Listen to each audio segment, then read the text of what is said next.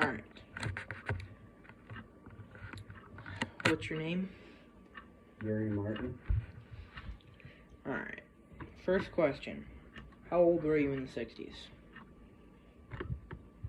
What year in the 60s? Let's say beginning of the 60s. Probably around 12, And then end of the 60s? 20. Alright. Question 2. What was your view on the Civil Rights Movement? It really wasn't an issue back then. It was, there was no colored people living in where I grew up. So it wasn't an issue. I never was with colored people until I joined the service. So in Minnesota, like around Glenwood here, there wasn't really a civil rights movement. It was more down south. More or less in the big cities and down south. Okay. Question 3. Did you fight in the Vietnam War? I served in the Vietnam War. I was not in the combat. What years did you serve? 1967 to 1969. Okay. How was the country different after JFK's assassination?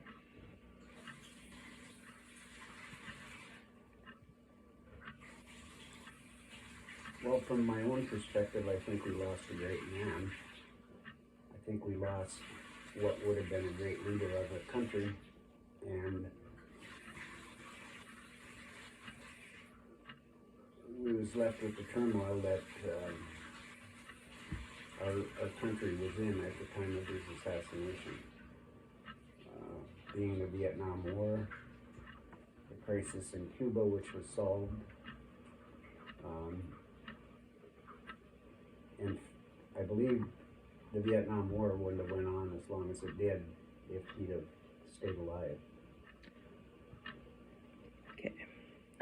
Next question. Did you watch the moon landing? Did you watch the moon landing? The moon landing? I was overseas at the time, and the TV reception over there wasn't very good. We got to watch it just periodically in and out as the rocket landed on the moon.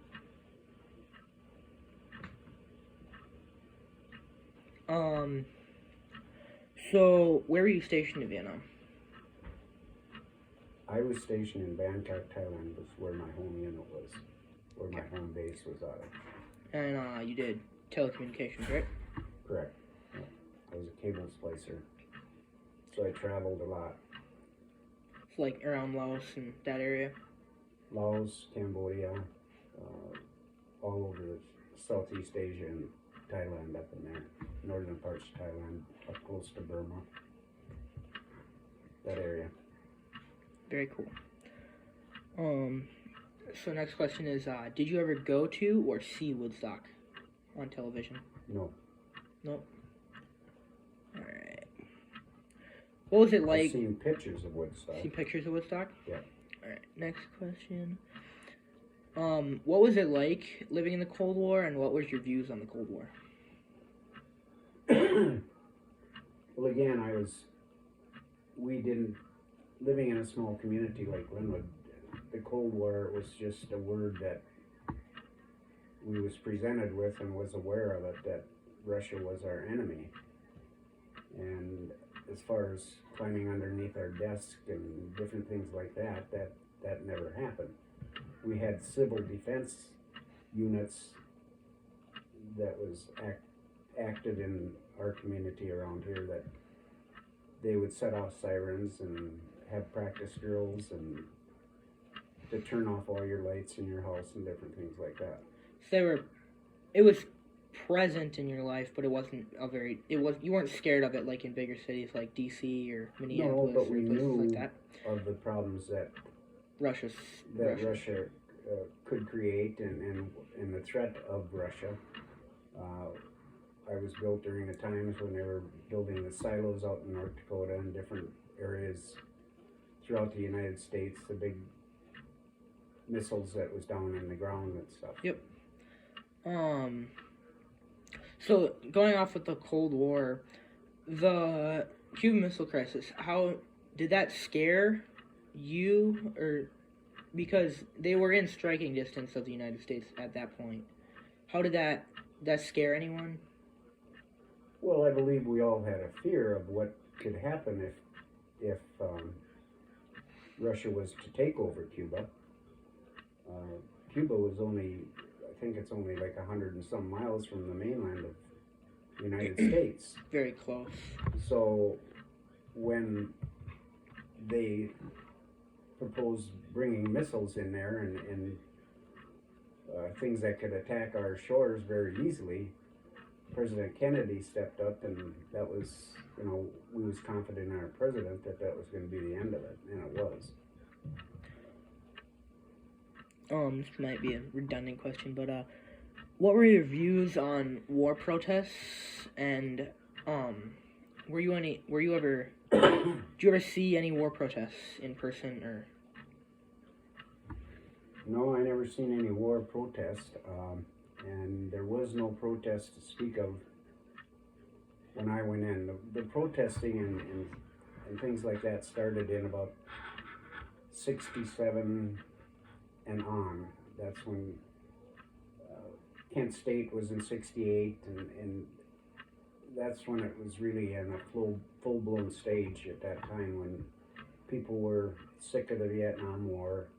It had been raging since 64, but the protesting hadn't really started to get a foothold until later on in the 60s, probably around 67, 68. Going off of that, with war protesting, and you said you served in the Vietnam War, how did that affect you as a person? I know you didn't see any, but obviously you had to know that they were happening. How did that affect your state of mind back then? Well, I was sent there to do a job, regardless of what it was, and I did it to the best of my ability, regardless of where I was stationed. I seen carnage from the war. I had to go in places where I wish I never had to go, to retrieve communication equipment, what was left of it, if there was any left of it. You could smell the cordite, and from where the bombs had hit and the gunfire had went off, and the effect of Agent Orange on the countryside and different things like that. So I don't think that I'll ever forget it. I'm proud that I did serve, and I'd do it again. Thank you. Let's go. Did you watch the first Super Bowl?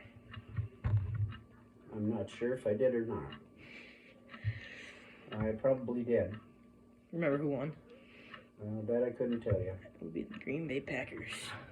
Okay. Arch enemies. So did you watch the first televised presidential debate?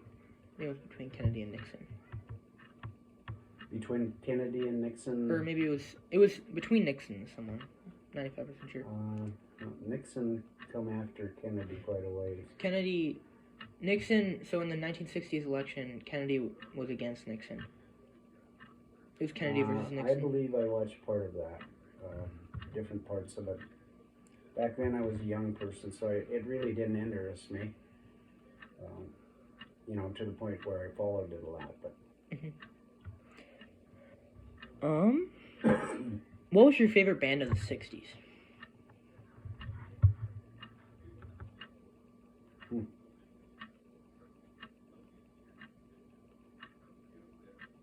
Yeah, I'd probably have to say the Everly Brothers. I agree with you there. Overall of the 60s, what was your favorite part? Of the 60s? Mm-hmm. I guess growing up in the 60s, things was, aside from the war and all the the things that was going on. It was a good time to grow up. The town that I grew up in, we didn't have a lot of crime, people protesting, different things like that. It was just a nice place to grow up. Things were a lot slower paced. But as you grow older, you make decisions in your life that affect you for the rest of your life, and going in the service was one of them. What was your favorite movie of the 60s?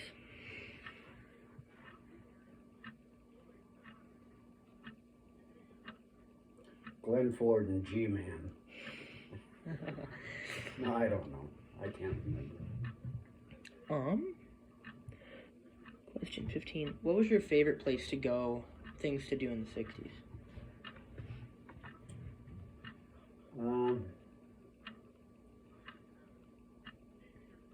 Favorite place to go in the 60s? Probably just to drive around the old cars and go to a drive-in that was out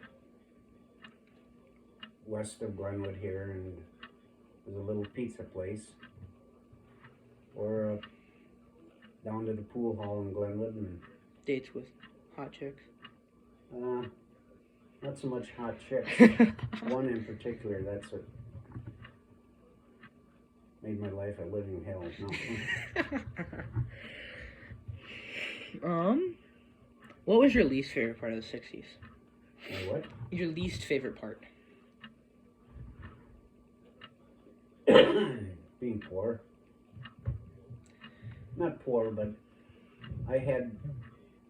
we never had much money. My folks didn't, but I had all the love that they could give me, and it was a good time in my life. You know, I guess I have no regrets. Nothing that's bad that I can losing my relatives, things like that bothered me the most. So that's about it. All right. What was your first job in the 60s? I worked as a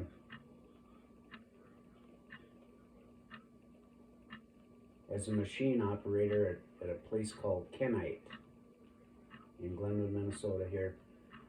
I ran a turret lathe and produced parts for washing machines. Washing machines.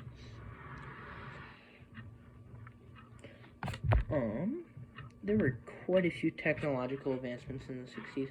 How did technology affect your life in the 60s? You said your family didn't have a ton of money, but still that had to affect you somehow. Well, I don't know about technology, how much that affected me, but I managed to stay working.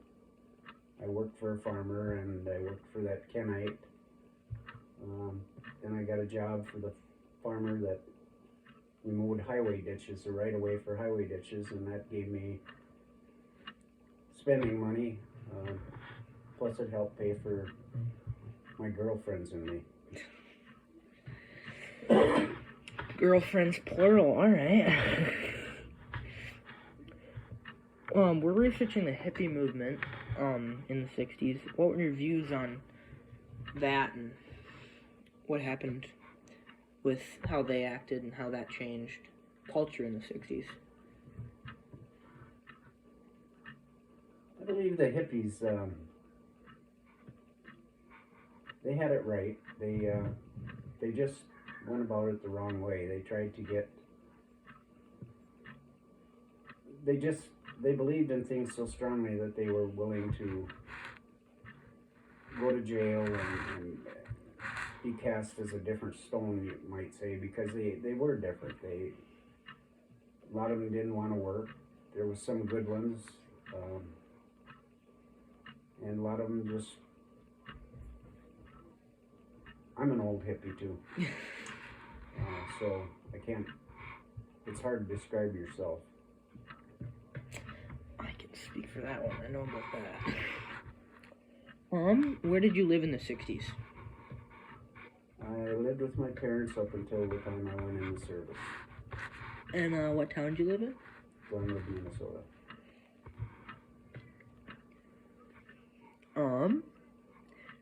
Did you get to see the first video game console? Video game console. What would that be? Like It was old. Pac-Man? The first, like, you know how I have my Xbox, right? It'd be like that. So I'll look it up. It's just a thing that First you just had a white dot that went back and forth on the screen. Pong. Pong or Pac-Man come out. First video game. Me and Jimmy laid on the floor one night and played Pong until the morning. Just watching that white dot back and forth. Who'd get the highest? Yeah, so it looked like that. Yeah, that's probably what it was like. The old dials on it. Played Pong. Etch-a-sketch. Etch-a-sketches. I could never figure those things out. What was your first vehicle? 1955 Chevrolet Bel Air 2-door. That's cool. I love that car. The most interesting part of the 60s.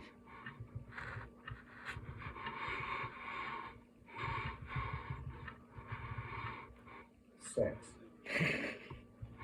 This is a school email. This is a school thing. Keep in mind. Well, that's the truth, because that's when I started having sex with the girl that I was going with in school, and so that's what kept you going. Alrighty. Well, football teams. Most of the football teams we have today, like the Minnesota Vikings, were created in the 60s. So, did you watch much football? What was your favorite football team, if you did watch football? I watched football. I got more interested in football after I got home from the service, and that was in '69. And the Vikings, of course, was my favorite team. But the Minnesota Gophers, I watch a lot more. You know, I watch them now, but not so much back then. I didn't. You know. All right, that's all I have. That's it. Thank you, Grandpa, for letting me interview. You're welcome. Thank you.